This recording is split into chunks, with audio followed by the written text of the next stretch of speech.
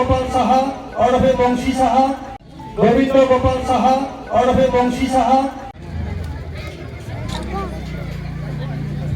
এইবাৰ অতি সম্বৰ্ধনা জ্ঞাপন কৰি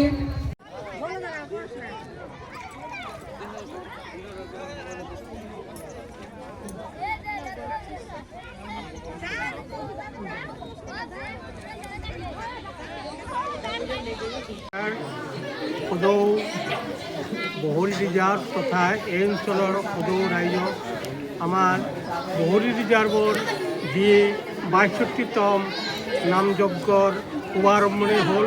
আজি গংগা আৰোহণৰ পিছত আজি সন্ধিয়া আমাৰ অধিবাস কীৰ্তন হ'ব। সেই কীৰ্তনৰ পিছত ৰাতিপুৱাৰ পৰা আমাৰ যিটো ৫৬ প্ৰহৰ যিটো নাম কীৰ্তন সেইটো শুভাৰম্ভও হৈ যাব অহাকালিৰ পৰা।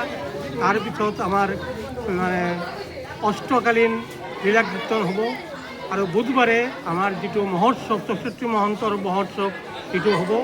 সেই উপলক্ষে ইতিমধ্যে আমাৰ সভাপতি মহোদয়ে আপোনালোকে জনাইছে, সকলোকে ইয়াত আমন্ত্ৰণ জনোৱা হ'ল আৰু আপোনালোকে এই ৭ দিনব্যাপী যি কাৰ্যক্ৰম হয় শৃংখলাবদ্ধভাৱে সকলোৱে যাতে ইয়াত অংশগ্ৰহণ কৰি এই নামযজ্ঞৰ যিখিনি কাম আমি ইয়াতে আমাৰ ৰাইজে লৈছে যাতে শান্তিপূৰ্ণভাৱে সকলোৰে সহায় সহযোগ ইয়াত কামনা কৰা হ'ল।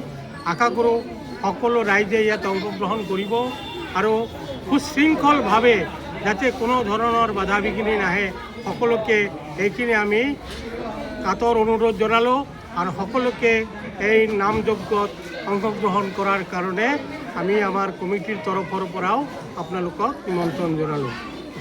পোনপ্ৰথমে ৰাধা গোবিন্দৰ চৰণত প্ৰণিপাত জনাইছোঁ। হৰে কৃষ্ণ কৃষ্ণ কৃষ্ণ হৰে হৰে, হৰে ৰাম ৰাম ৰাম হৰে হৰে। এই হল নাম ৩২ আক্ষৰৰ স্ৰষ্টা শ্ৰী চৈতন্যদেৱ মহাপ্ৰভুৰ চৰণত প্ৰণাম জনাইছোঁ। লগতে প্ৰণাম জনাইছোঁ আমাৰ ৪ গুৰুৰ জ্যেষ্ঠ গুৰু প্ৰভু হৰিদেৱৰ চৰণত আৰু আমাৰ গুৰু শংকৰদেৱৰ চৰণত প্ৰণিপাত জনাইছোঁ। দামোদৰদেৱ গুৰুৰ চৰণত প্ৰণিপাত জনাইছোঁ। মাধৱদেৱ গুৰুৰ চৰণত প্ৰণিপাত জনাইছোঁ।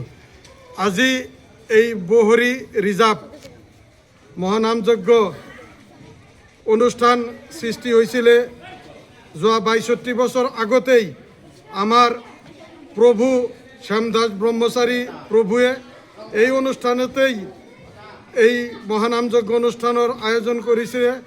সেই দিনাৰ পৰা আজিলৈকে এই অনুষ্ঠান নিয়মীয়াকৈ চলি আহিছে।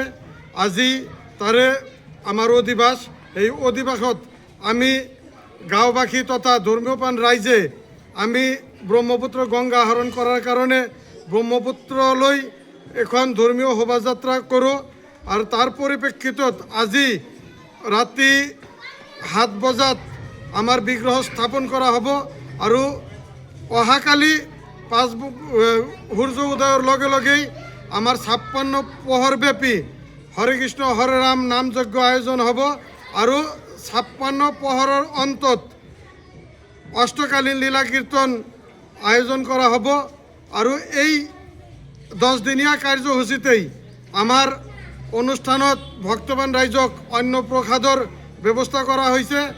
সমূহ ভক্তবান ৰাইজত এই অনুষ্ঠানত আহি হৰিৰ নাম শ্ৰৱণ কৰাৰ লগতে প্ৰসাদ গ্ৰহণ কৰাৰ কাৰণে আমি বহৰী ৰিজাৰ্ভ মহানামযজ্ঞ কমিটিৰ সভাপতি হিচাপে সকলোকে নিমন্ত্ৰণ তথা অনুৰোধ কৰিছোঁ।